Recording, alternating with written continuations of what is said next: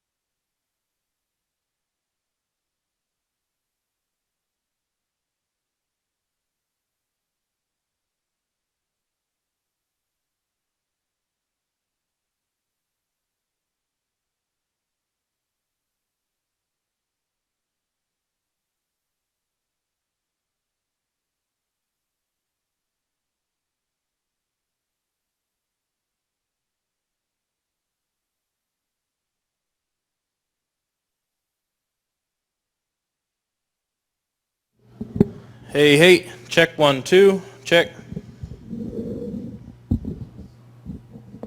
1, 2, check, check.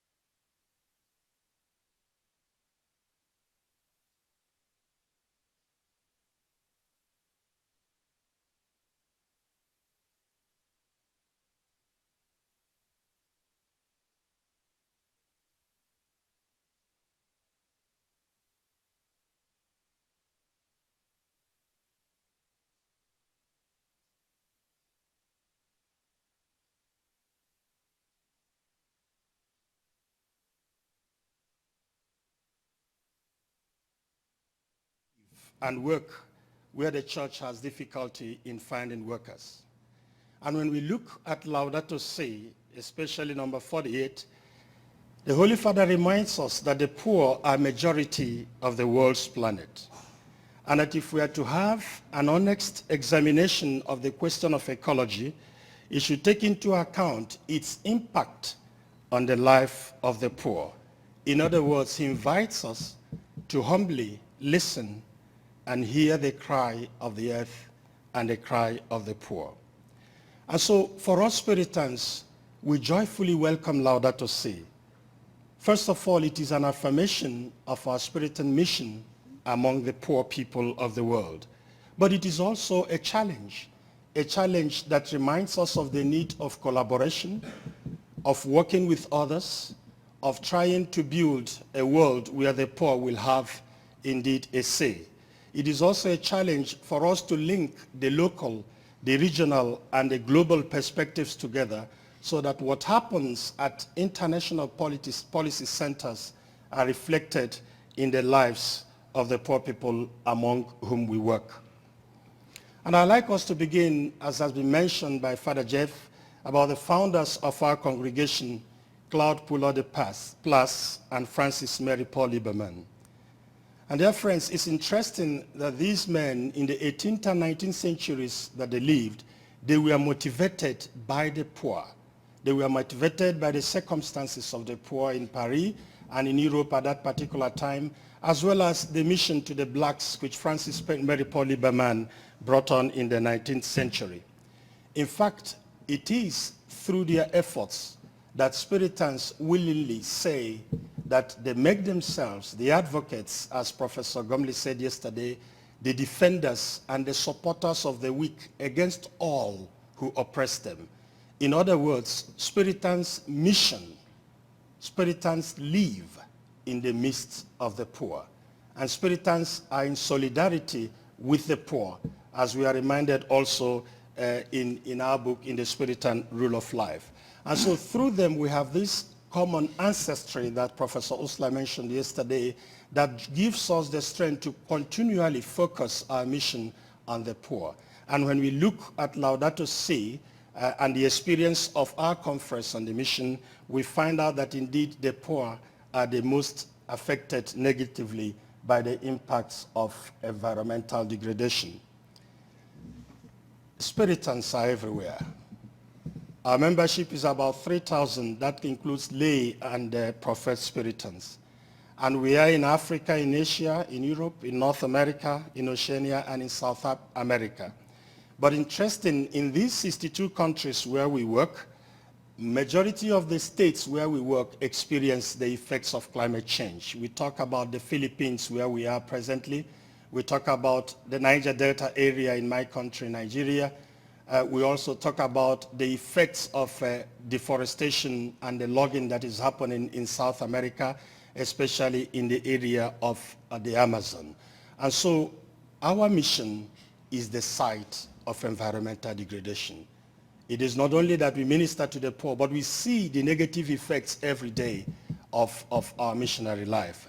And that makes it imperative for us, as I said at the beginning, to welcome Laudato Si, but also challenges us to do more, to be in conversation with all those, both science, the academy, who can bring a bit of relief in this regard to the poor people whom we work. And how do we do that? As Spiritans, we gather now every 8 years in what we call general chapters. We pray and listen to the word of God. But then we remind ourselves of our foundational story. And what is our foundational story? It is the same story that Professor Gomley mentioned yesterday, that evangelization of the poor is our purpose. In order for us to be faithful to the charism of our founders, we listen to the lived experiences of our conference who are working in all these 62 countries. We read the signs of the time. What does it mean, for example, that what effect has pollution, climate change, environmental degradation on the poor, whom we are trying to affirm, whose dignity we seek to affirm? What impact has this on them as we go along? And so our decisions reflect our commitment to the poor. That is our foundational story, and that is the major story on which we build our mission. And at the end then, we recommit ourselves to the poor. And so in Bagamoyo in 2012, where our conference met, Bagamoyo is in Tanzania in East Africa, as the picture on the left side says, we try to retrace the steps of the early missionaries who came from Europe and North America, and who tried as much as possible, despite the challenges they faced, to be in solidarity with the poor. And so that was our level of commitment then as Spiritan missionaries, bearing in mind our foundational story, which is the evangelization of the poor, is on 3 levels. On the first level that Father John Kikran will speak about, we talk about the needs assessment, the capacity assessment. What are the needs in that particular area? And what is our capacity? How can we respond? How can we meaningfully try to mobilize advocacy for the poor? And so we engage the local situation in order for us to find out a way in which we can move forward. But then, in one of those chapters, we realized that despite the efforts that are being made locally, there is need to advocate on the regional centers and the global centers of power. We realized that indeed, inasmuch as we try to be in solidarity with the poor, building schools and clinics and ministering to them, if there is no corresponding government reaction to these issues, that our efforts sometimes might not really bring out that which we seek. And so in Menut in 1998, our conference decided that we should have some form of entrance into the United Nations. We should have some form of an opportunity to dialogue with those who make the policies that govern the world, and also to bring governments to be accountable for what they do and the things that they allow to happen in their countries. It was also about that time that the decision was made to join here in the United States AFJN, which the Spiritans founded together with the missionaries SMS and the missionaries of Africa, and also later on the Africa-Europe Faith, Justice and Peace Network. In other words, how can we ensure that our foundational story, that evangelization of the poor is our purpose, how can we realize that without getting all these challenges that sometimes come from policies and from government decisions at the levels where we are not present? And so when we joined VIVAT later on in 2004, it was a network that was founded by the Society of Divine Word and by the Sisters Servants of the Precious Blood. And the idea was to collaborate, to network together in order to have the voices of the poor not only heard, but amplified in the corridors of power, especially in the United Nations and in Geneva.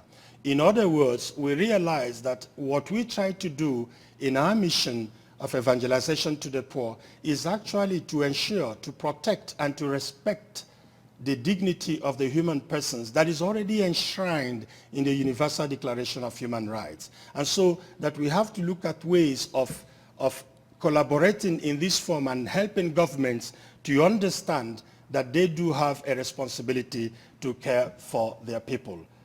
Which means that if a deal is to be signed by a particular government on an issue of environmental degradation, that we are able, together with the local people, to say, well, what about the fish in the river? What about the water? What about the sources of water? If we are going to sign this deal for exploration or something, how does that affect the people on the ground? And so sometimes you find out that governments, especially in the global south, do not listen to these concerns. But when they come to the United Nations, they want to present themselves as people who have very good human rights records. And so together with other members, through ECOSOC, the Economic and Social Council, we are able to bring these things to the table of the United Nations.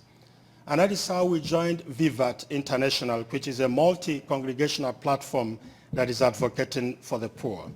It's a network that has 12 male and female religious congregations and is in consultative status with ECOSOC in the UN. We have about 15,000 members from all over the world, and as I said, working in all the continents of the world. It is an avenue for us to share best practice. For example, which I will mention later on, what is happening in Indonesia with the West Papuan people whose rights are being denied by the Indonesian government. How can we share that particular experience with what is happening in South Sudan, where the war is going on now, especially where the rights of the minorities are also not respected? And through VIVAT, we seek to advance this integral ecology, which is proposed by Pope Francis, saying that we should not look at things in isolation. And as Professor Osler reminded us yesterday, that we are all connected. We cannot say the environment is different from ourselves. And so this integral ecology is looking at the social, the political, the economic, the environmental issues in a holistic way, so that our Spiritan response will then be holistic and not be looked at in terms of looking at particular areas. And also we talk about advocating for intergenerational solidarity. Yesterday, you remember Professor Osler mentioned that we go back in time and we are now in the present. But we understand also as Spiritans that all of us, we have a debt that we owe to future generations. If we destroy the environment, if we destroy the place, what we have inherited, from before, what are those coming after us, what are they going to inherit from us? And so this is a platform that gives us that opportunity to talk about the solidarity we should have with generations, the young ones that are being born today. And we also try to advocate that the planet is our common home, creating awareness and using the mechanisms of the United Nations to advance our missionary purpose, which is the evangelization of the poor. But then there are some who say, well, that all sounds good, but the UN is a very elitist organization, they say. Some of our conference say, well, it is a slow process, it is complicated, it is arduous. For example, the issue of the universal peer review system, which happens in Geneva, it requires skills to write reports about human rights violations. Now, we work with the poor. They do not have the language. They do not have the skills to write these things. So how can we say that this actually brings their voices and amplifies it in the UN? And what about human rights defenders? One of the sisters of the Society of Sisters of the Holy Spirit working in South Sudan was shot dead. She was a medical doctor in Yei in South Sudan in trying to reach out to the poor, in trying to defend human rights. So how do we defend those who defend human rights? How can we ensure that the missionaries who are especially in conflict zones are protected? And so they argue, they also say that the question of state sovereignty, where you cannot easily interfere in any state, but you have to go through channels that are long processes. How can that actually help us in our quest to advance evangelization of the poor? But we say, yes, there are some stories, there are some success stories that we can see, for example, in our engagement with these organs of state. We have skilled personnel, trained personnel ourselves in the VIVAT offices in New York and Geneva. And through workshops, we're able to train our members on how to gather information, on how to write up reports, which will be sent through the special rapporteurs and through the human rights bodies that are in Geneva, in order to amplify the voice of those who defend human rights. But also that we work with states. There are states and governments that are open to human rights. We can work with them so that the voices of the poor can be brought indeed to the United Nations. And so we have some success stories. In the UK, a project Spiritans are involved in called Revive, took the United Kingdom government to the human rights body about how the treatment of refugees and migrants in the Manchester area, and that led to a change in legislation. Together with an ecumenical movement in Latin America, we were also able to talk about the impact of mining in South America. And presently, we still have this ongoing advocacy on the issue of West Papua. It might be slow, it might be arduous, but it is a powerful tool that can help us to realize indeed our missionary purpose. And so as we come to the end, as I come to the end of my presentation, I'd like to remind us once again that Laudato Si is an affirmation indeed of our Spiritan mission, but it also challenges us as missionaries to seek for ways of collaborating and the tools to use to bring about the integral ecology which the Pope Francis talked about. And our response will continues to be from the local level and the regional and the global level. But our idea is that we have to link all these so that what happens globally could actually influence what also happens on the local situation where our conference are working. And so a membership in Vivat International provides us that platform. And we are very, very grateful to Duquesne University for giving us this opportunity also to integrate indeed the practical aspect of our missionary life, that it is in dialogue with the academy. And the offices that are in UN are also open for people, maybe students or staff or faculty who want to see how the Spiritans are making use of these mechanisms of the United Nations to advance our evangelization of the poor. Thank you very much.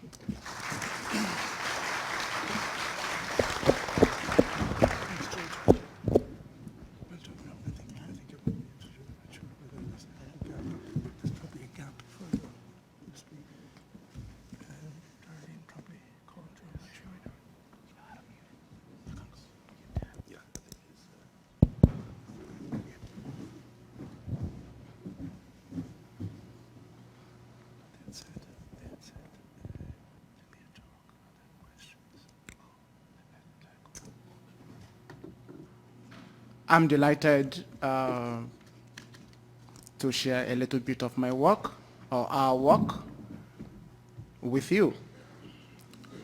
Jude has given a very elaborate introduction, and I will simply go to the particulars, the concrete things that we do at the EU.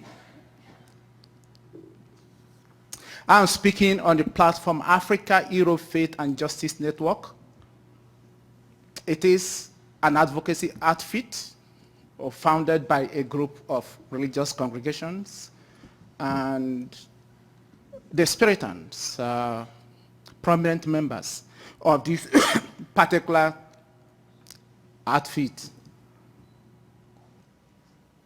There are about 49 member congregations in this particular outfit, and we share values. And because we share values, we think that there's need to come together to incarnate these values that we share. And so the network, you can look at it as one of the instruments that the Holy Ghost congregation is using to incarnate the gospel values, the Spiritan ethos, and the missionary mandate of Father Lieberman. It is not just enough, just as Jude talked about, to help the poor. We must also look at what are the issues that create poverty. Is there ways that we can act in such a way as to relieve them, to remove those structures, so that they can live in a more dignified way? Secondly, there is also an invitation from Pope John Paul II for missionaries to be present where policies are made. And this is because he realized that a lot of injustices, a lot of poverty being suffered by people are structural. And we need to change those structures if we really want to bring a relief to the people. There are important observations.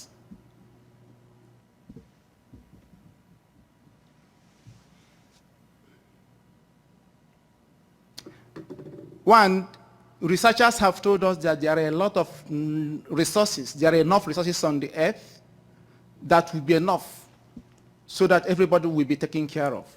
But we also recognize that a lot of people go to bed hungry. Why is it that you have enough resources and yet some people go to bed hungry? Secondly, we also notice that while the GDP of a lot of developing countries are growing, it does not translate to the well-being of the people. The people become more impoverished.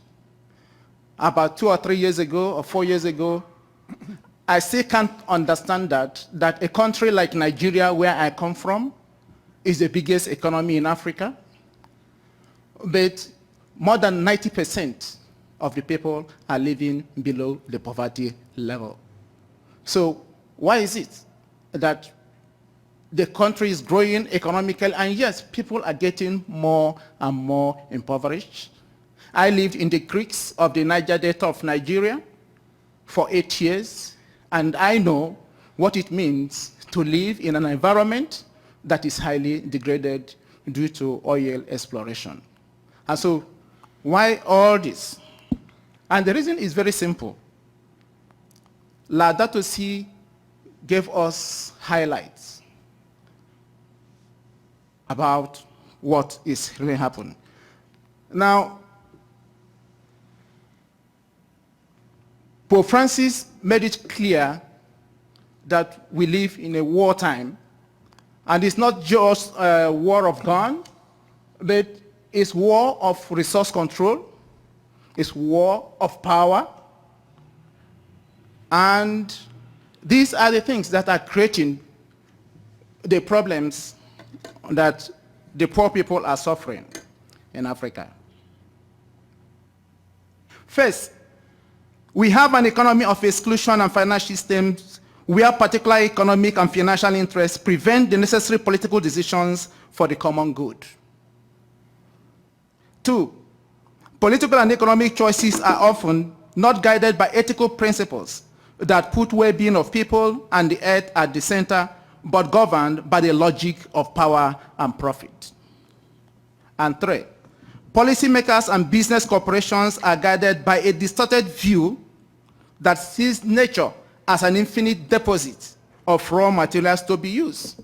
And alongside with that is the development of technology that is there just to satisfy us with undifferentiated principle of anthropocentrism. It's about more, about more, about more. Produce this, throw this away. That's what is going on. And so there is a logic of profit, there is logic of power that is guiding the economic principles. Oxfam, an Oxfam report, a recent published Oxfam report, said that 1% of the world's richest people have the wealth of more than 99% of the wealth of the world. And recently, another report last week talked about 62 richest people have the wealth of about 99% of the whole world. So if we live in such a world where 62% or 62 people control 99% of the resources of the world, then it means that the whole of the world will share the remaining 1%. And the structures of economy that we have simply support this particular kind of a movement. And so that puts us at a place to make a choice.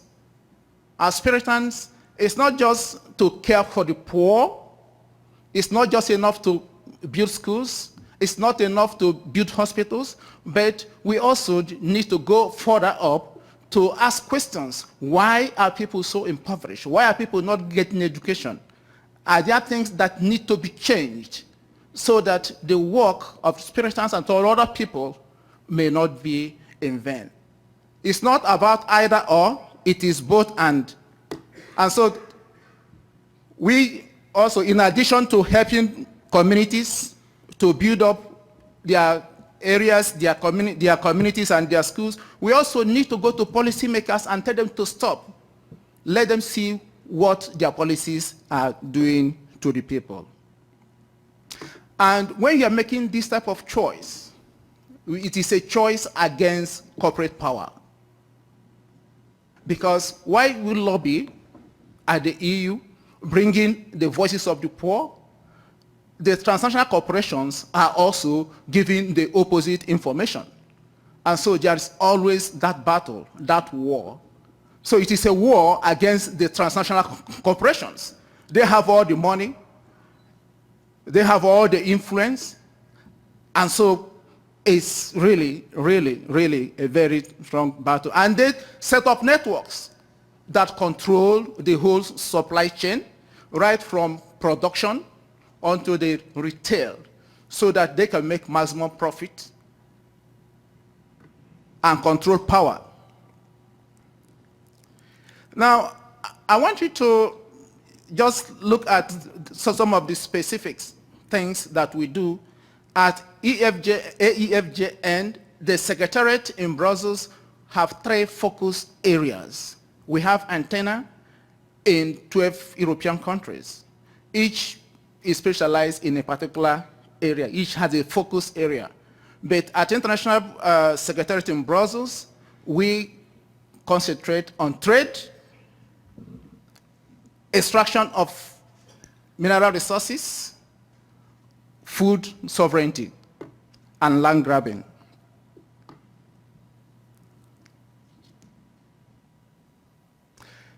Trade has been a very dangerous thing in the relationship between the EU and Africa.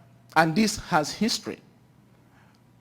The European nations colonized Africa, and they have already set up the economic structures.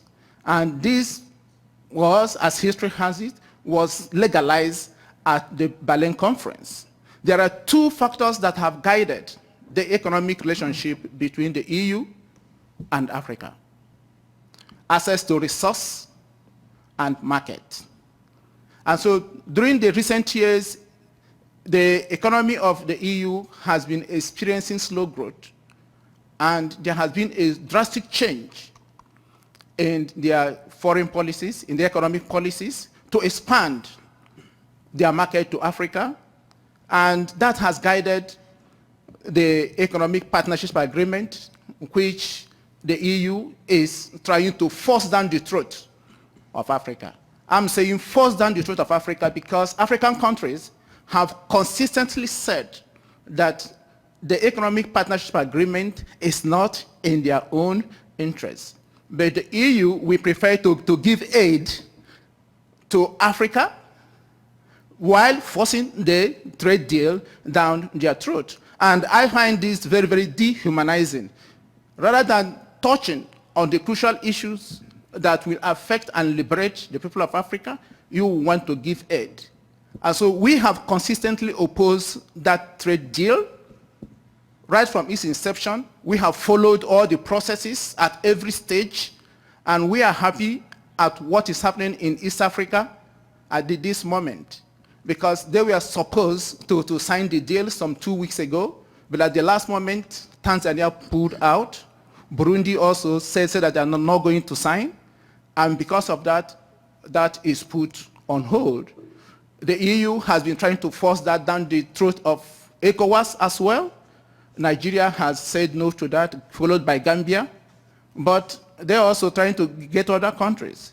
So we have consistently said that this trade deal is not in the interest of African countries, along with other NGOs.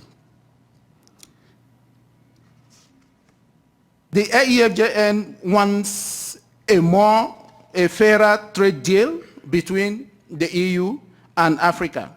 We want a deal that will protect the environment of Africa. We want a deal that will promote renewable energy sources and be respectful of human rights of the citizens of Africa. We want a trade deal that will respect labor rights, pay decent wages, and fair prices for raw materials and commodities. We are also asking and demanding from the EU that we want the trade deal to be inspired by human and ecological values. And the EU cannot expect to have a lasting economic relationship by having this lopsided trade deal. Invariably, they are going to have more migrants. And I have consistently told them this. If you want to stop migration, you have to have good trade deal so that people are stopped from moving at all. But if you continue to have this lopsided trade deals, people must live. If you want, you put your wall along the Mediterranean Sea, people are going to climb it, and they'll come and meet you there in Europe. The second focus area that we are concerned about is food. Food and land. And as much as I know, there is a lot of financialization of food at this moment. And this has history. During the economic recession of 2007, 2008, a lot of the investors removed their money from other places, especially in the estate deals, and now put it into food sector. That created a lot of panic, and there was food speculation, then food crisis in many countries. After that, the next thing that we're having now is a lot of investment in land. And this is leading to a lot of land grabbing in Africa. Investors will acquire thousands and thousands of acres of land in Africa, just hoping that one day is going to, the value will increase. And this is causing a lot of conflicts in Africa. And as a network, we also have been protesting against this. We have been fighting against this along with other NGOs there in Brussels. The last thing that I want to talk about briefly is about the other focus area of ours, and that is the extractive sector. The European corporations depend a lot, so also America, but because we are concerned with Europe and Africa, so I'm leaving the US out of the show. They depend on a lot of resources, mineral resources, extractives for their high-tech industry. And this has been fueling a lot of wars in Africa. And realizing this long ago, the OECD, the Organization of Economic Cooperation and Development, now put up a standard, the due diligence process as a guide for corporations that are sourcing resources, mineral resources in the Congo and some other African countries, especially the NAC countries around the Congo. And following that, we are happy with the US. The US enacted the Dodd-Frank Act, which makes it mandatory for every company importing mineral resources to supply due diligence check on that. And along with other NGOs, we campaigned seriously in the EU about this because we wanted a similar thing in the EU, because we also realized that a lot of their companies are also involved in that. Well, the European Parliament agreed with us. Last year, or 2 years, last year, they agreed with us. But the Commission said the opposite. And each time you have a conflict between the EU Commission and the Parliament, there is a trialogue. Now, the heads of state were involved. But we were disappointed that at the end of that trialogue, they only adopted, call it a semi-mandatory supply chain, which means that only the companies that are importing raw mineral resources from the Congo and all those 9 countries will be required to supply their due process check. But there are also, we also know that a lot of these things are imported, not raw. They come in either finished or semi-finished. Because if they do this, the Chinese will be involved, because the Chinese are now becoming the virus too that a lot of these other companies use. They can go over there and do their deal and come back to the EU.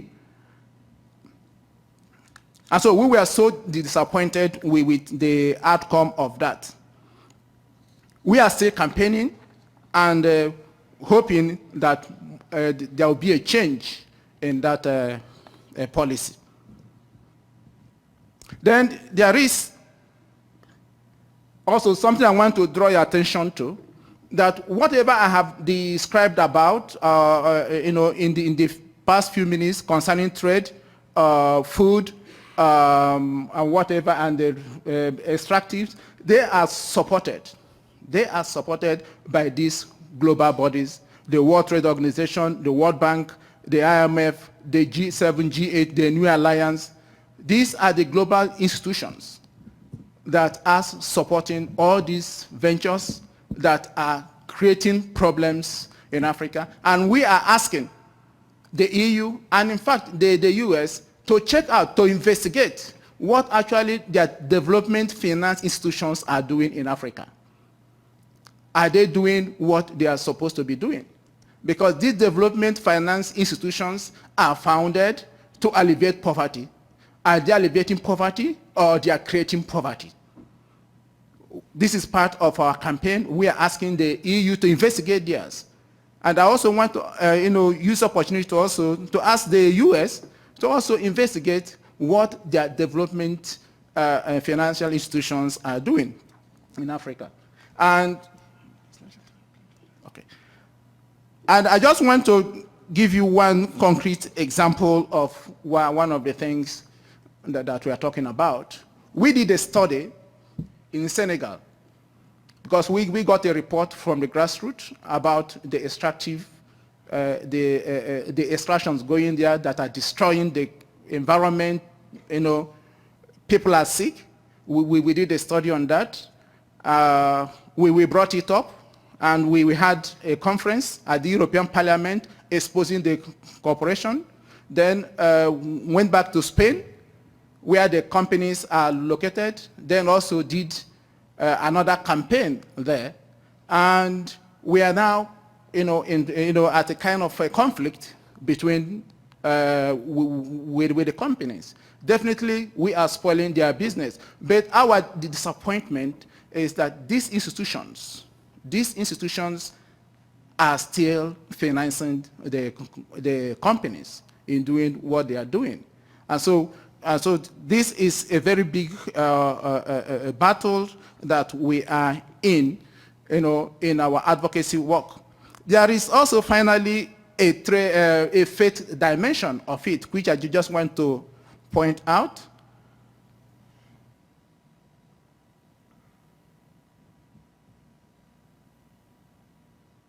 We want a change. We want a systemic change. And that systemic change requires a change in consciousness. It requires a change in having policies that are driven not by profit, not by the logic of profit, not by the logic of GDP, but we want a change that will put the human beings and the planet at the center of the table. That's the change that we are looking for, and it requires women and men with vision that an alternative system is possible. Sometimes we think that this is the only system that is possible. If we really want peace in the world, if we really want genuine peace, there must be a change in the system as it is now. And this is what we are committed to at AEFJN in Brussels. Thank you.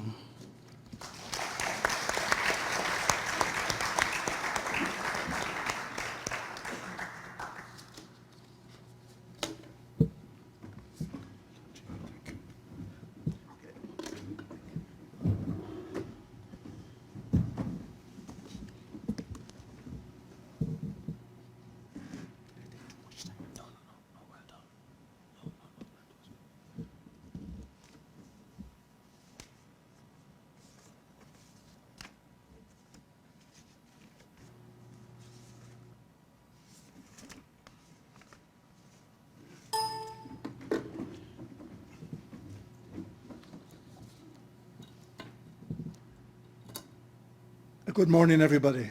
Good morning. It's good to be back again in Duquesne, and I'd like to say good morning in a special way to all who are joining us via live streaming, either here on campus or internationally. From my days in Duquesne, I know most of the people who worked at organizing this conference. And I know that a lot of hard work has gone into it, so I'd like to thank them and to congratulate them for organizing this very important conference.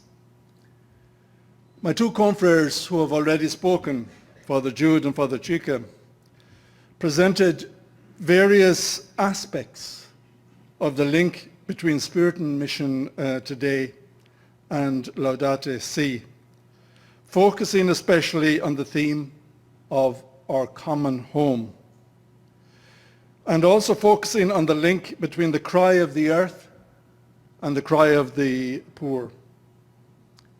My presentation will continue along the same general lines and theme, and will focus especially on the theme of the cry of the poor, looking at the displacement of people and how a Spiritan project in Ireland, so it's a local focus if you like, how this project attends one of the most vulnerable groups in our world, namely asylum seekers and refugees who are survivors of torture, who have survived all the cruel experience of torture.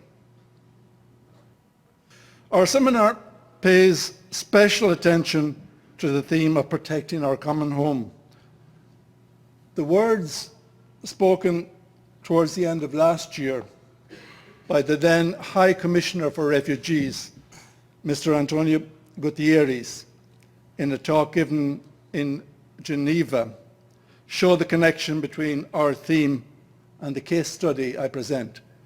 Mr. Gutierrez is a well-experienced politician. Before he took his appointment as High Commissioner for Refugees, it finished at the end of last year, but before he took that appointment, he had been Prime Minister of Portugal. And this is what he said just 2 weeks before he stepped down from his job. In the last few years, we have seen a staggering escalation of displacement caused both by conflict and by natural hazards. Conflict and natural hazards. The number of people forced to flee daily as a result of conflict and persecution nearly quadrupled between 2010 and 2014. I think it's worthwhile repeating that sentence. The number of people forced to flee daily as a result of conflict and persecution nearly quadrupled between 2010 and 2014. The resulting steep rise in humanitarian needs far exceeds the capacity of the international humanitarian community to provide the minimum care, protection, and life-saving assistance to all these afflicted. One of the strong themes of Laudate Si is indeed the poor. The poor and the earth are crying out is used in the final prayer of the encyclical and shows the close link between the plight of the poor and ecological degradation. Elsewhere, the poor are referred to as the crucified poor in paragraph 241. Crucified poor, that's a strong statement. If there be any doubt about the link in Pope Francis' mind between the suffering of the poor and our fragile planet, it is only necessary to recall that the poor are mentioned almost 60 times. I did a word count. They're mentioned almost 60 times in the encyclical, and poverty a further 12 times. In fact, the encyclical speaks of the intimate relationship between the poor and the fragility of the planet. And in its methodological analysis, the structural links between ecological degradation and the plight of the poor are examined in detail. Now, there are many things in Laudate Si which excite me, But this is one of the things, because in the past, you very frequently had ecological issues on one side and human rights on the other. What Laudate Si does is that it integrates them. And I think this has been a very significant step in Catholic social teaching, that we see that there is an intimate relationship between the poor and the fragility of the planet. So with these initial comments on Laudate Si, the poor, the earth, and our common home, I would like to share an experience of Spiritan Mission in Ireland, which takes care of refugees and asylum seekers who are survivors of torture, and indeed find themselves amongst the poorest and most abandoned of the poor. I refer to the Spiritan Asylum Services Initiative, known as Spirasi. I'll refer to it as Spirasi from now on. And this was founded in Dublin in 1999.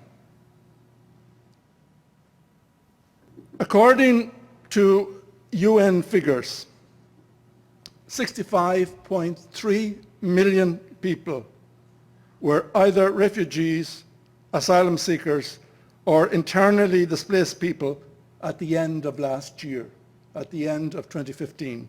65.3 million. That's a significant number.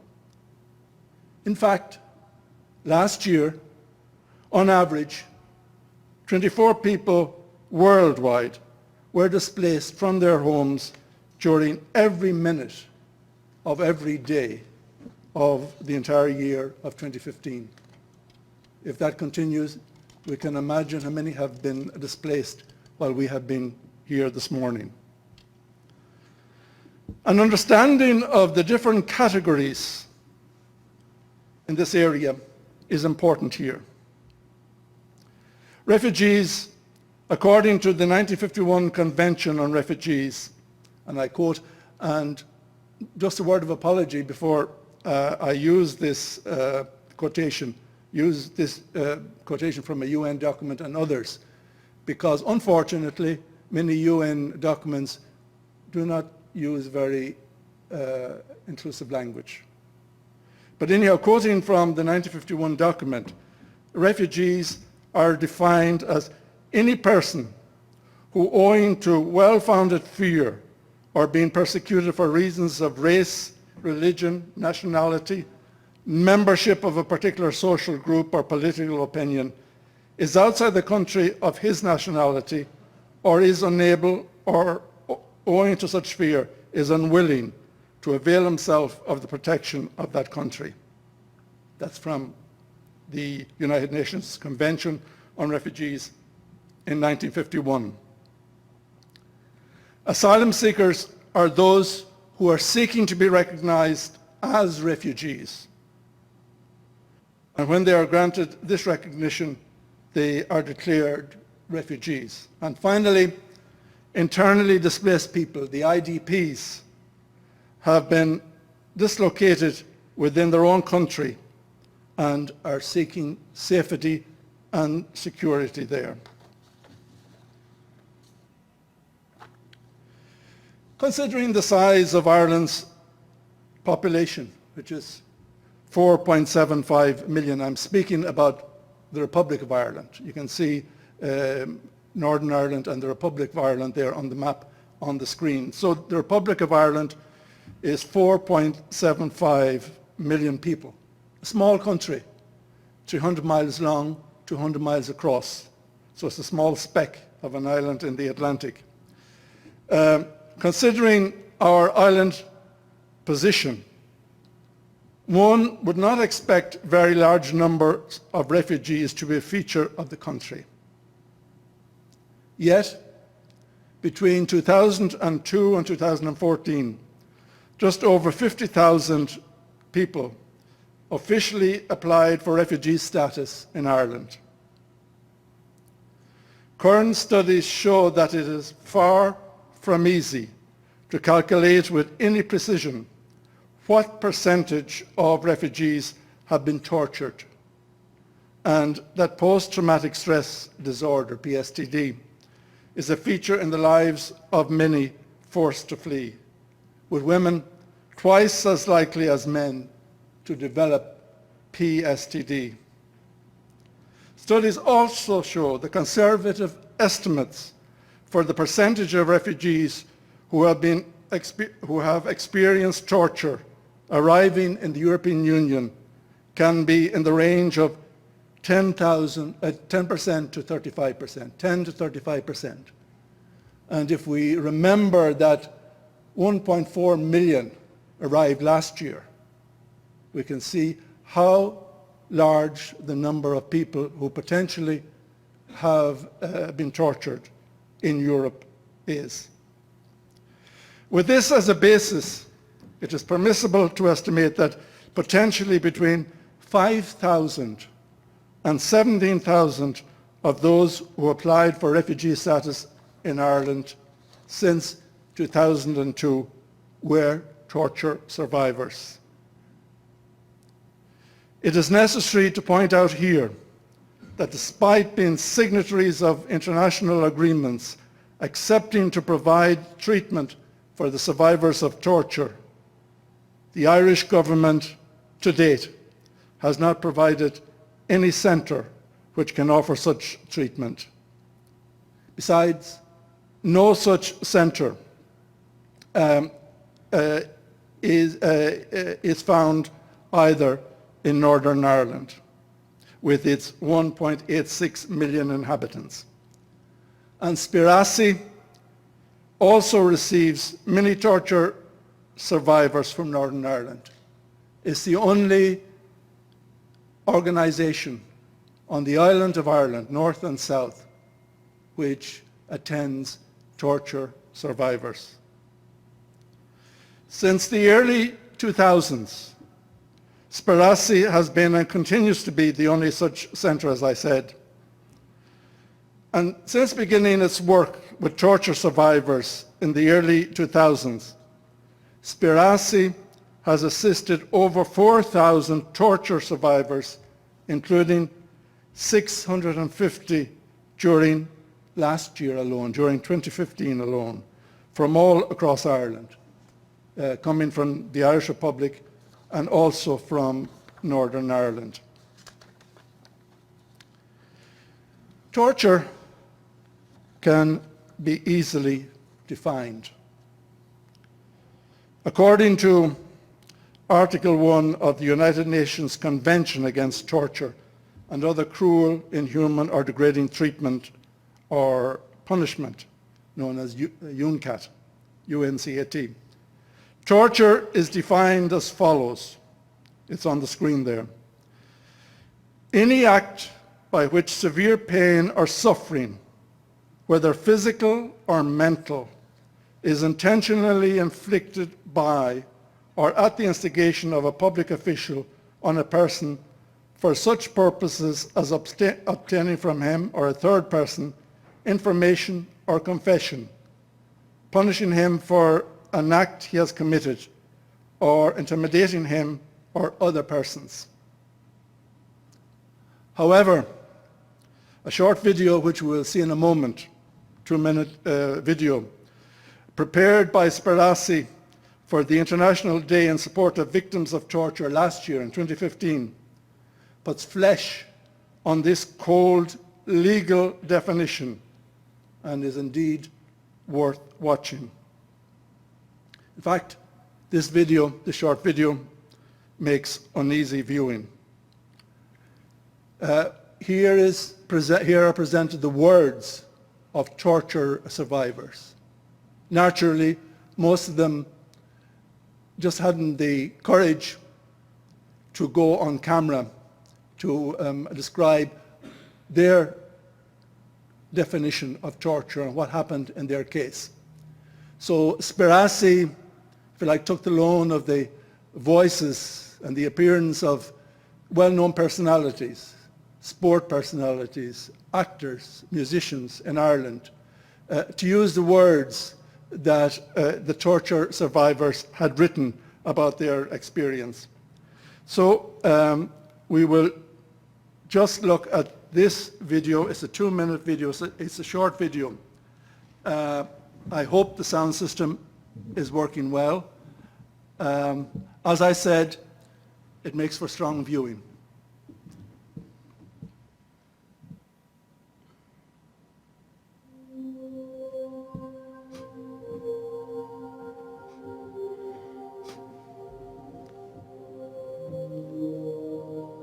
There were 50 of us in a small room with one bucket of water.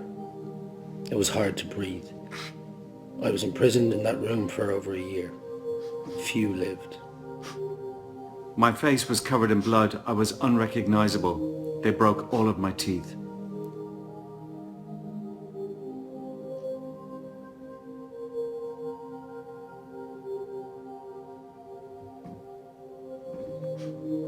They made me clean up the blood in the cell where prisoners were killed.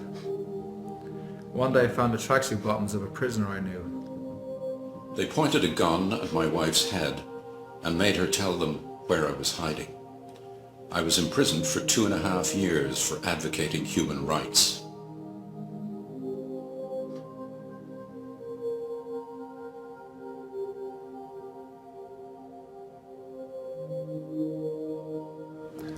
I was whipped repeatedly with low wires. They would hold my head under the water until I spluttered in panic.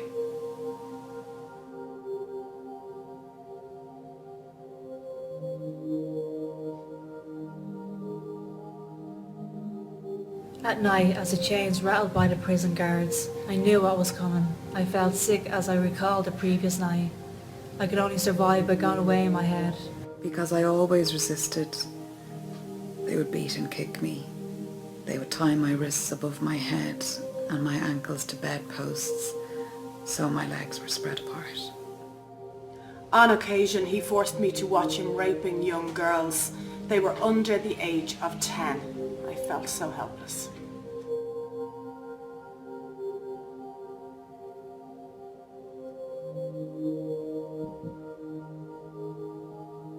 They would gang rape me, vaginally, orally, anally.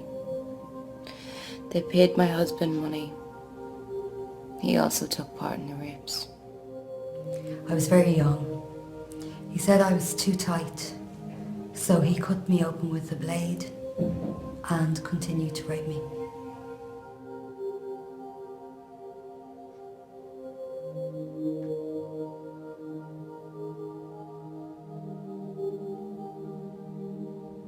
I never spoke about the things that happened to me.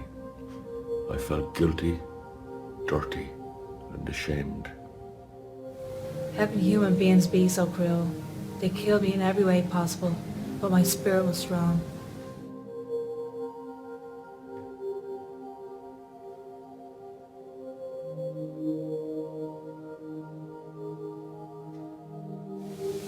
They are tremendous in their job, and they bring hope, they bring strength, they encourage you, and by the time you leave Spiritan at the end of your sessions, you are a new person.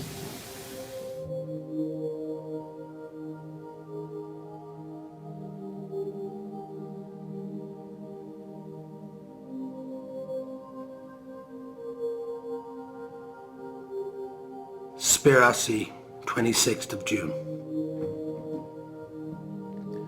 We'll just let the credits roll before I move on to the rest of the presentation.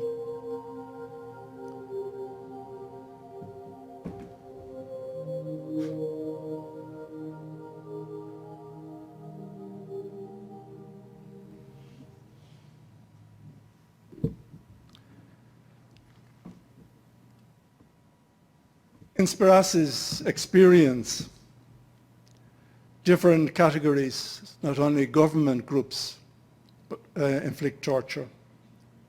And these include, of course, the military, militia groups, non-state actors, like members of a clan or tribe, gangs, criminals, occupying forces during war, paramilitary, police, rebel groups, clans and gangs, religious groups, state security, prison guards, political opponents, and at times even cell companions. And again, in terms of the countries of origin of the torture survivors currently presenting themselves at Spirasi, we have the following countries. These are the more popular countries in random order. Zimbabwe, Pakistan. Pakistan and Afghanistan, numbers from this part of the world have really gone up last year for some reason that is not clear yet. Congo, the Democratic Republic of the Congo. Nigeria, the Islamic Republic of Iran. Algeria, Malawi, Iraq, and Cameroon. Now that is the Irish experience, and in other parts of Europe the experience might be somewhat different. And first of all, Spirasi provides a welcome to all comers, especially those who have been tortured, and provides a range of services, including the following. The initial assessment of torture victims. This is very important because many times their word is not taken as truth. So professionals can show that they have been tortured. The medical legal reports for the protection process, and the medical legal reports are very important because when they are applying for refugee status, this is a very strong argument that they are in fact people who have been tortured. Therapeutic services, including individual, group, and family therapy, trying to help them get their life back again, if you like. Psychosocial and transitional integration support services. They're in a new country, in a new culture. How do they integrate? Outreach support in reception and accommodation centres. Education, English language classes to FETAC level 5. That's an Irish educational standard.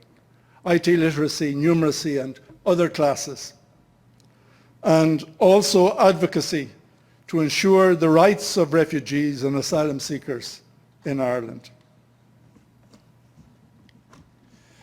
Torture is not only a significant life event, a very painful and cruel life event.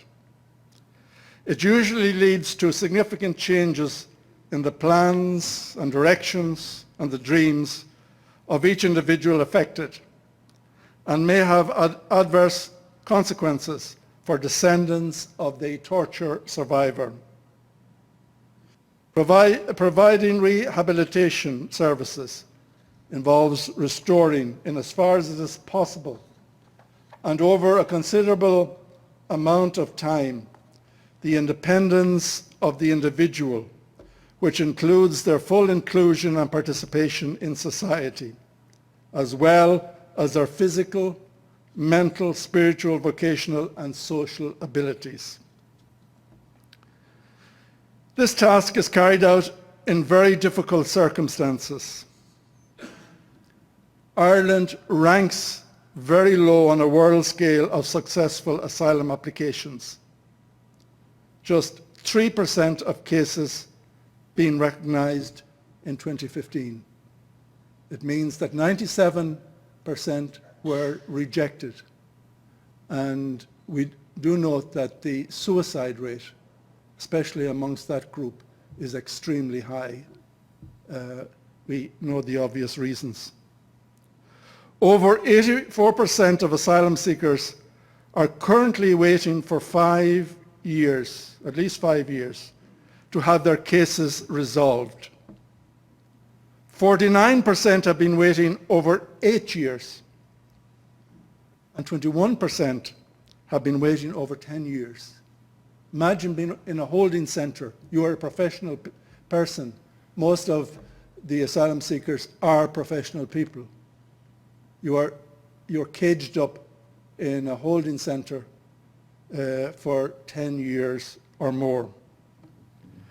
The difficulties and uncertainties involved in such waiting make life significantly more difficult and add to the damage that torture already has done, and are significantly negative factors in their recovery from the effects of the torture.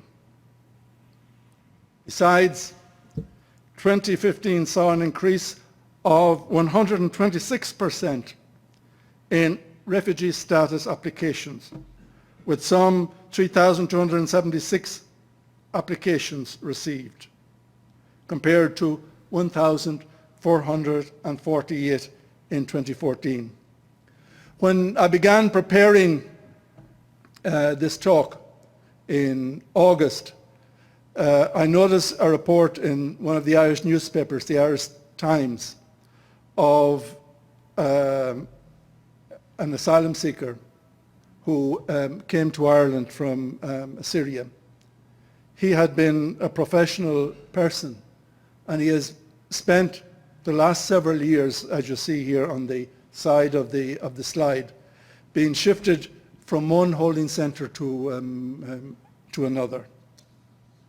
And of course, one of the other significant difficulties that they face are the language difficulties.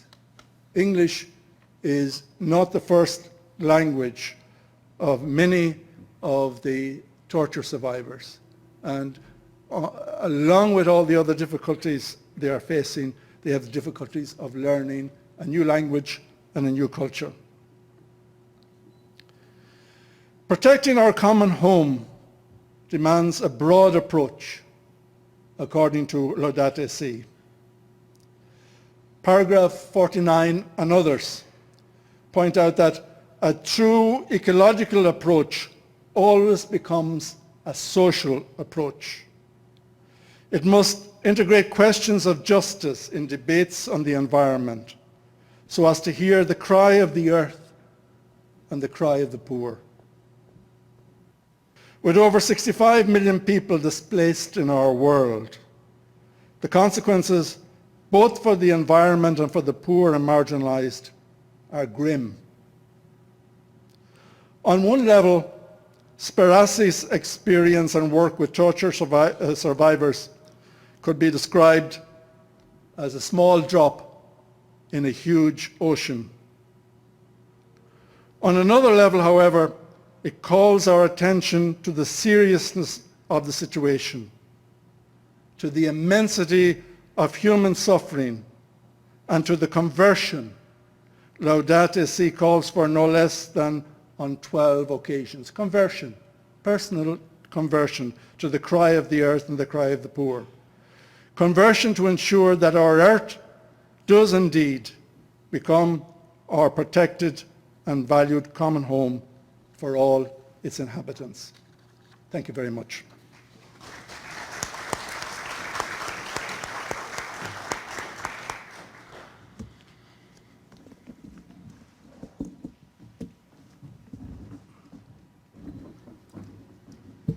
I am grateful to Father Jude, Father Chike, and Father John for this wonderful panel. We heard about the Spiritan mission of evangelization of the poor, about structural causes that underlie poverty, environmental degradation, and violations of human dignity, about some of the more specialized work of advocacy that the Spiritans engage in, and the more particular plight and challenge of asylum seekers and refugees. So we're really quite privileged to have with us this trio of distinguished men who bring cultural and pastoral experience as well as the professional experience that they have in their missions and in collaborating with so many different agencies on behalf of vulnerable populations in our common home. So I'm sure that there are some of you who would like to seize this opportunity to learn from them, and we invite questions for the remainder of our time.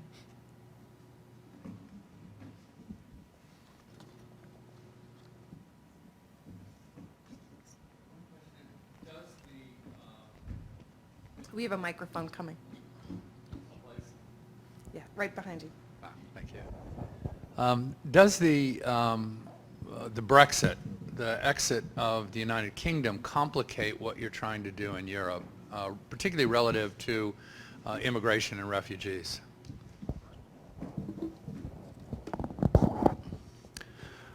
I live next door to the UK, so and part of the island I live in is very directly affected by that, because we have a discussion. This probably is an illustration of the issue you pose.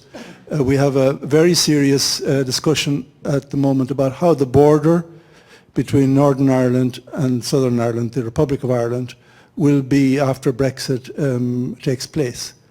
At the moment, you wouldn't even realise there is a border there. You can move freely, goods can be moved freely, there are no customs and so on. And both governments are determined to ensure that if you like, that soft border remains. It's hard to know, like the UK hasn't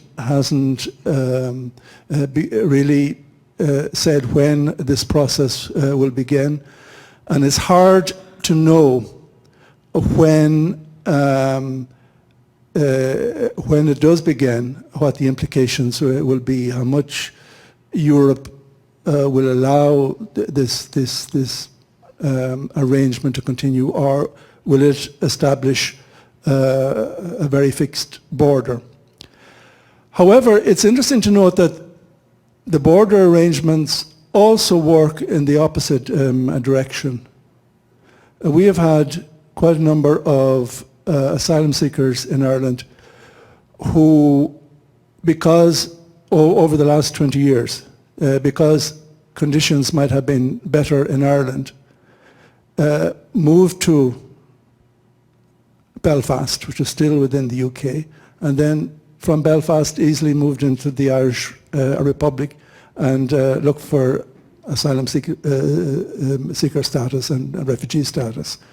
So it works both ways. But I think the short answer is that there are implications. It's not clear what the implications are yet. Father Chica, you talked about the war of resource control and power and money at the center of economic policies. I don't see a whole lot of progress in the United States in shifting things. The political campaigns never talk about the poor, strictly the middle class. I guess we don't want to think of ourselves as poor. But in Europe, are there signs of shifting of power systems there, and any advocacy by that, by church leaders in Europe?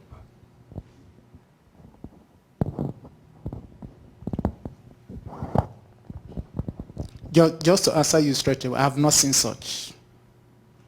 It's not there. They are resisting it, and as Pope Francis will say, it is about interest. It's about interest. So that interest makes it almost difficult for them to think about the change.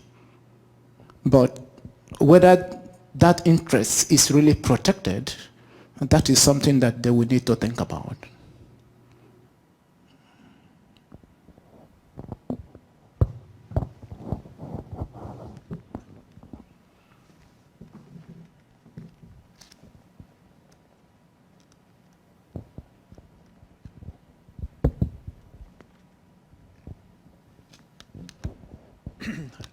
Listening to the tragic story of so many refugees being ill-treated around the world, I'm reminded of what Dr.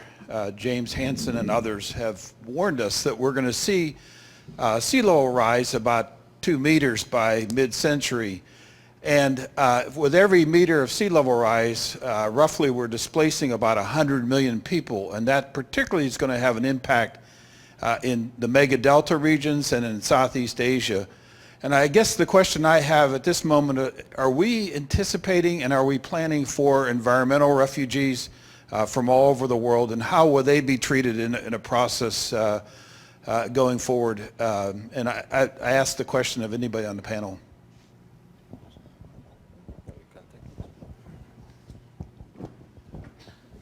My expertise wouldn't be very extensive in that area, but all I can point to is the experience in Europe of receiving refugees at the moment is total chaos. Some borders are semi-open, some are totally closed. Countries are playing all kinds of games to ensure that refugees, asylum seekers won't reach their shores. They will stay in Italy or Greece or in the south of Europe. My country accepted or agreed to accept 4,000 a year ago of the Syrian refugees. I think we have accepted less than 400 in that year. 4,000 should have been accepted in 3 or 4 months. There's a whole, just as Shika has mentioned, I think there is a crisis in facing many of the big questions. We talked last night about interconnectedness and so on. And I think that that's important. But unfortunately, very often we stay in our own corner. We defend our own rights, let there be individual rights or company rights or national rights and so on. This kind of a discussion, I would say, has scarcely begun yet, and it is urgent.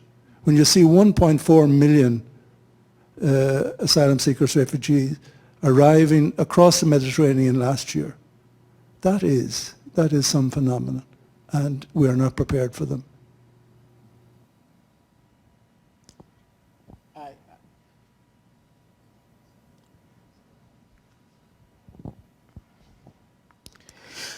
I just want to make a contribution to that. Definitely, very soon we will be having specifically environmental refugees. But you can't separate the environment from the poverty that they experience. I lived in the creeks of the Niger Delta, and the oil exploration, has polluted the environment. Artisan fishermen and women cannot fish. They cannot grow their crops because the oil spill has destroyed the whole area. And so it's not just about the environment. Hunger will push them to leave. So you can't really separate the two. Also, in the study we did in Koudiadian, in Liberia, in Senegal, too, you have this extraction going on, extraction of phosphate, salt, for the production of fertilizer, and the whole communities are covered by dust. And this is known to be toxic to the people and to the animals and to their crops. So if they can no longer live there to breathe fresh air, maybe not being able to farm to get their food will definitely push them out. So, but I'm sure very soon we'll begin to get specifically, environmental refugees. And perhaps to add a little bit to that, we are used to refugees as a result of political repression, conflicts, and war. But it's already happening, actually. In one of the collaborations we had with ecumenical churches in Latin America, especially in the area of Bolivia, Colombia, it was discovered that the mining has actually affected the livelihood of people. So there's a movement towards that coming up towards Mexico and to the United States. So it is happening indeed. We have another question here. You each have covered some very complex and very critical topics. Do you have any source or references to maybe a case study that we could use? In other words, it may not be something you could just mention right now, but something I could check on the web or what have you that would be, what I'm trying to do is put a face on some of this, because it has a lot more meaning to people who read articles. Thank you. I have a detailed study done of the Spiritan case I presented. I have a hard copy of it here. I can have it photocopied for you afterwards if you want.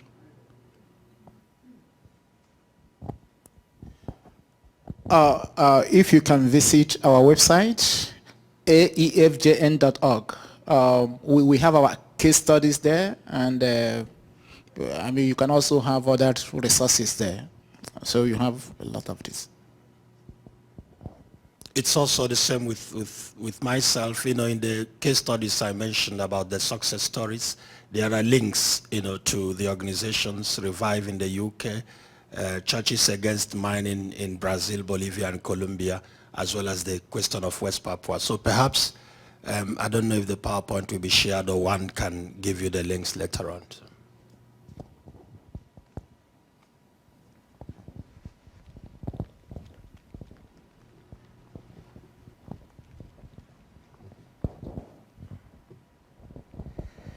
Thank you, gentlemen, for such a truly splendid presentation, and for your leadership, not just your service, but in particular the vision that you're giving.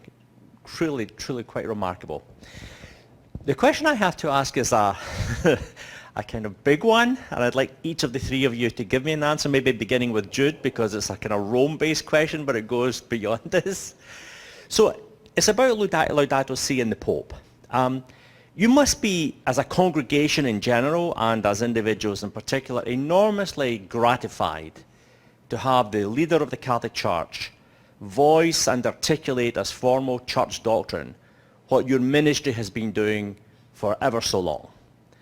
I can see that must be extraordinarily gratifying and peaceful even for you to see that. And in many ways our Catholic tradition that has led your congregation to this wonderful service and vision over the generations has been long-standing, we know that. But the threshold point of Laudato Si, of the Pope's encyclical, is that this has never been done before at that level, at least with this steadfastness and concentration. And in that sense it's wonderful, and I'm sure we're going to hear more of that as the day goes on. But here is my question for you. How confident are you that the Catholic tradition has genuinely, steadfastly now started this new pilgrimage and will continue along this route of the poor and the earth crying together in poverty?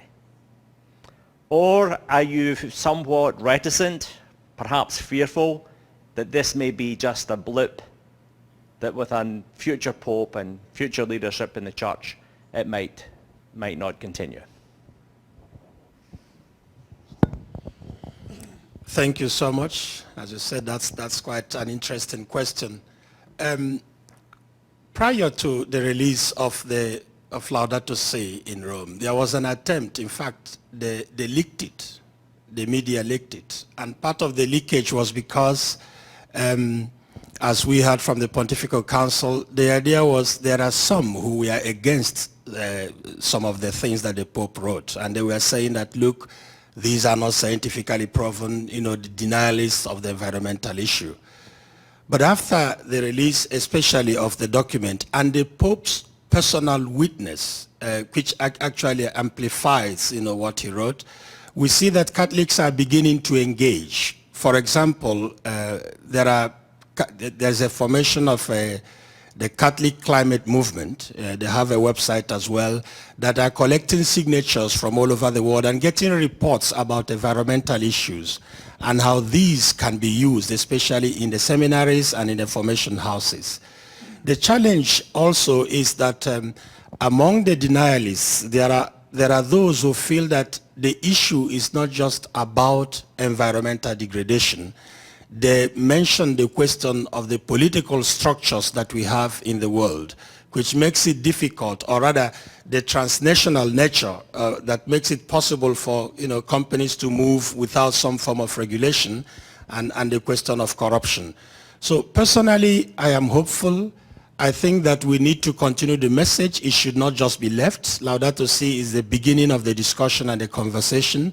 We need to bring this into the homes, as the Pope said. It has to begin with myself as a person, my personal conversion that John mentioned, but also in our parish communities, in our lay Christian communities, in our small Christian communities. I think that is the way of keeping the document alive. And also seeing, finally, that it is a form of prayer for understanding that we are all called to maintain the integrity of creation.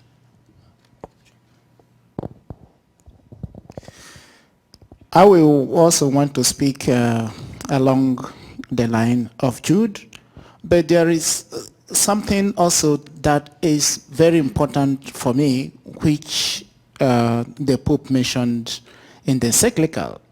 It's on paragraph 98.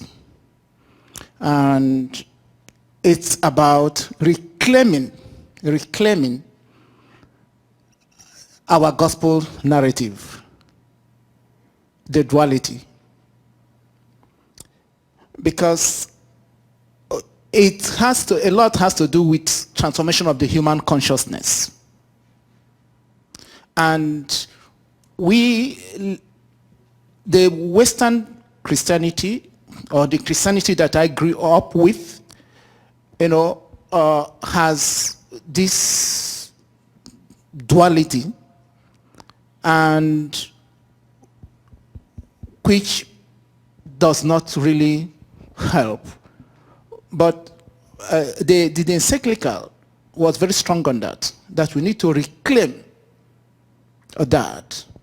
In other words, it's not about people dying and going to heaven, but it's about transformation, everything.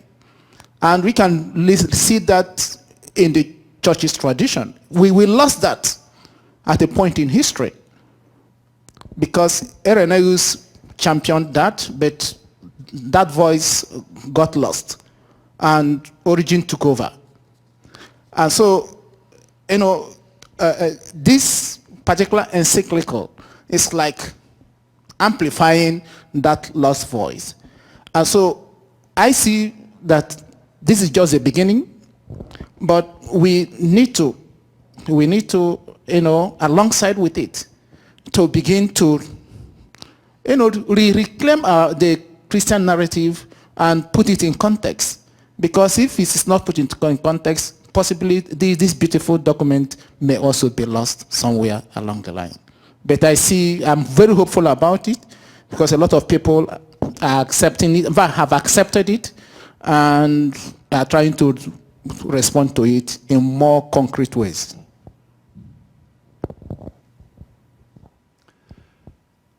One of the things, as I said earlier, that excites me about Laudato Si is that it represents a new approach in Catholic social teaching. Catholic social teaching, especially in the last decade or two, has received much more attention in Catholic circles. It's hard to be against it. You really can't be against it. It's kind of something that's, it may not be well known, but it's certainly accepted. And as I said earlier, this represents an integrated approach where you don't have ecology over there and social issues, human rights over here. It's integrated. Now, is this like turning on a light where you turn on a switch and you have light? No, the image I have in my head is more like the snowball that you begin to roll on a high mountain, and it rolls and rolls and gets bigger, and it can, at least potentially, become an avalanche even. It's something that's going to be slow. It's not going to be something tomorrow morning. It's there. It's a solid part now of Catholic social teaching. But I think there's something else very important in Laudate Si that has been missed by most. And probably with my Latin American eye, I noticed it very soon after I began reading Laudate Si. It's the methodology of Laudate Si. Francis is using a see, judge, act method to deal with this important topic. It's the methodology of liberation theology. It's the methodology of Catholic social action, which began almost a century ago. It's a methodology that gives us a very dynamic theology where you start not with theory, but you start with the reality, and you bring theory then into discussion with the reality, and then you see what action is appropriate. I would hope, and maybe this is a hope too far, I would hope that that also would have an effect on how theology is done and how people think in the area of spirituality and so on. I hope this, as time goes on, will be a significant contribution.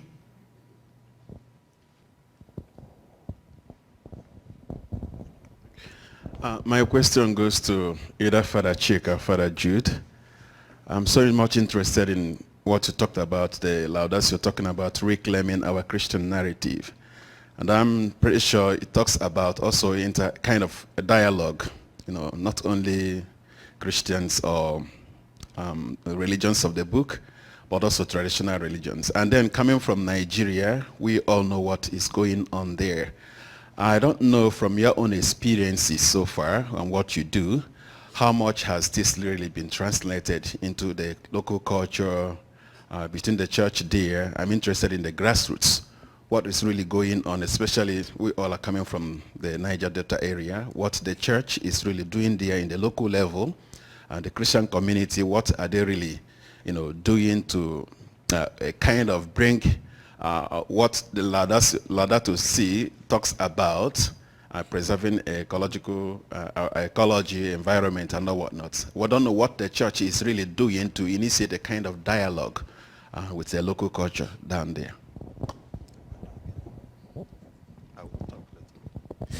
Okay.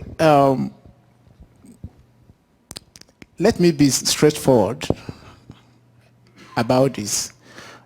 Each time I think about the church in Nigeria, I have a lot of good faith, because you have, this is my opinion, you have the church that is too structured, you have the church that is not responsive to social realities, social issues. You have the church that has been reduced to mechanical administration of the sacrament.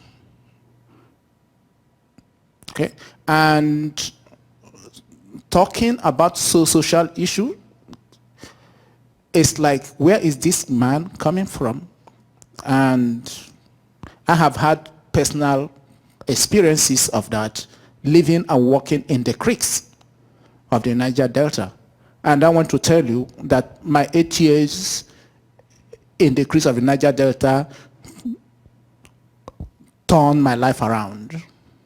That was where I became a Christian,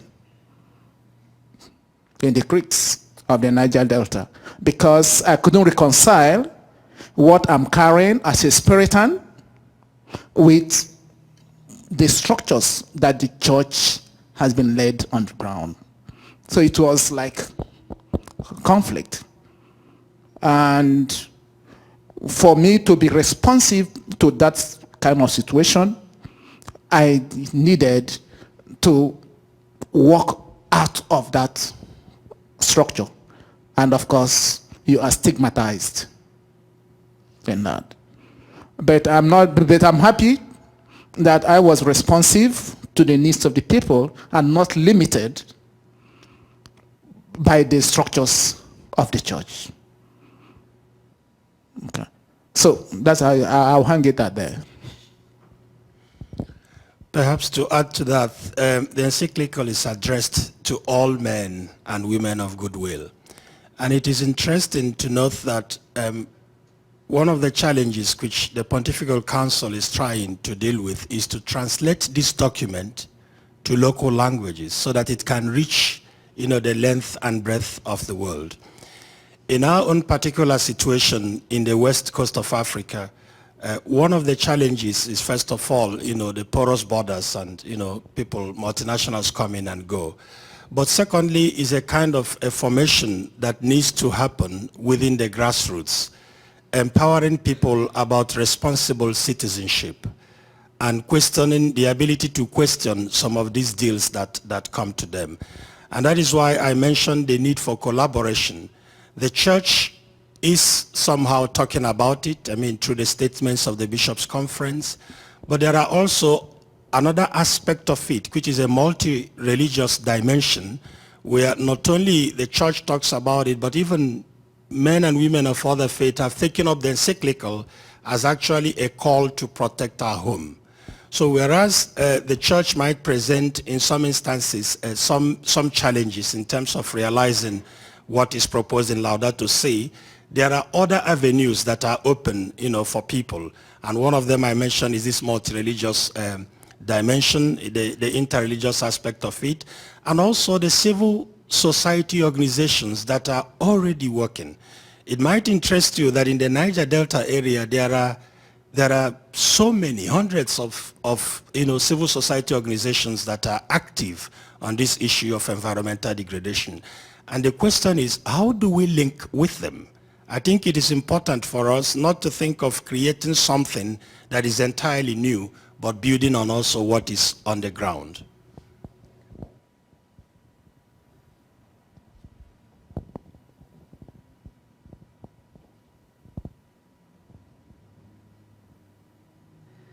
I wonder if I might use my role here as facilitator to ask a question as well. Father Chike, you spoke at one point about the relationship between trade and migration. Trade and migration are themes in our 2016 presidential election. Those themes are often framed, understandably, I suppose, in terms of American interests. And that framing, of course, can occlude from our vision and our understanding the global dynamics that surround both of those issues. So I'd just like to invite you and Father Jude and Father John, if they desire, to maybe speak to us a little bit about that intersection.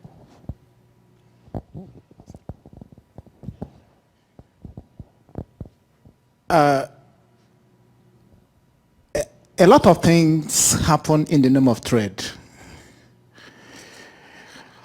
A lot of criminality, I call it criminality, take place in the name of trade. And in trade negotiations, when we hear about the global interest, it's nonsense. Nobody talks about global interest. Everybody talks about my own national interest. The global interest is in as much as is going to help me to get my own national interest. Apart from that, it's all whitewash kind of a conversation. But as I have made known to the European Commission in a number of my conversations with them, that when you force trade deals that are lopsided, you want to make the continents of the South sources of your raw materials and market, and at the same time you are talking about how do we stop migration. I think it is a very big deceit, because the trade deals, they facilitate extractivism, what I call extractivism. They facilitate land grabbing.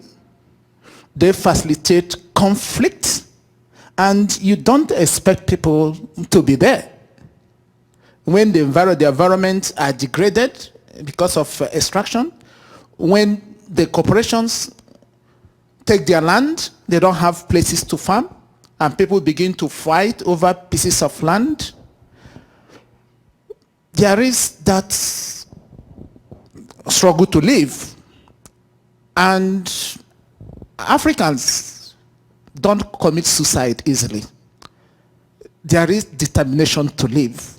And that is why when you see people die in the Mediterranean Sea, you wonder, why is it that people are still taking that risk in spite of the number of people that are dying? They want to live. And so it's either conflict, poverty. And when we have trade deals that promote this in an effort to protect your own interests, we will come there and meet you. And when we come there and meet you, what are you going to do? So the same thing, US, some of the countries of Latin America, okay, after all those trade deals that will impoverish them, and we expect them to stay there, and they can't. They want to live. They are human beings, running, having blood running in their veins like yours. They want to live. They cannot be there. So they will come here and meet you. And if we want people to really be where they are, see, we must work such a way as to have trade deals that will promote their development, not their exploitation. It can't work in that way. If not, we continue to have migration. If you want, you can build the wall along the Mediterranean Sea. People will climb it because they want to live. And also, it is quite indeed a very complex one. The issue of migration is so complex. I mean, it dates back, if one looks at biblical times, of the movement of the people of Israel. But it's good to recognize that there are two factors. There are the push factors, what makes people to leave. It could be environmental issues, as we mentioned. It could also be political repression. It could also be a conflict, within clans that make people to move. And there is also the pull factors that why do they look up to the United States? Why do they look up to Europe and the global north? And one of the reasons we find is actually how the media portrays these countries as the best where you can have everything that you want, even sometimes without working hard. And so for a young boy in a rural village who looks at the television, sees a baseball cap and sees somebody having a big hamburger and saying, Coke is good for my life, he or she wants to be that. And so there is this pull factor that, the global north is presented as where you can have the best form of life. So while trade issues are of course very important, there are also some other social economic issues that motivate especially the young people to strongly believe that the life is better there, and whatever happens they will try as much as possible to go over to those places. Taking your question and focusing a little on migration, this is a huge discussion. The first question is, what is our input into that discussion? We spoke earlier, for example, about Brexit. It's now quite clear that the reason that the referendum in the UK was successful was because of migration issues. Many of the people, especially in the Midlands and more deprived areas of the UK, saw migrants as a threat to their jobs. And there was, if you like, an unthought reaction. Well, this is going to solve the question. This is a question that is growing in other European countries like France and Italy and the Netherlands. In my own country, it is certainly growing. And watching the international media, I know it's certainly a question here in the presidential election campaign with questions, with discussion about walls and so on. I served for 7 years on the board of AEFGN. And I know that numerous times during that 7 years, comments were made to us that in the European parliamentary system and the European, at the level of European government, there is very little being done to input an ethical discussion, if you like. And AEFGN was one of the groups that was making that discussion. Discussions around migration and so on, unfortunately, very often begin and end with economic considerations or other considerations associated with the economy. But very little is being inputted on the ethical question. And I suppose all of us have to answer why. Why are we not making a contribution as individuals? Why are we not making a contribution? Why can a Catholic university not make even a bigger contribution than it is making on this? We need to have an ethical component in public discussion today, which often isn't there to the extent that it should be.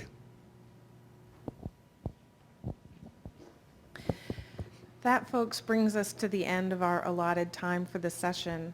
Can you join me again in thanking Father Jude Norm, Father Achike Onochua, and Father John Kilcran?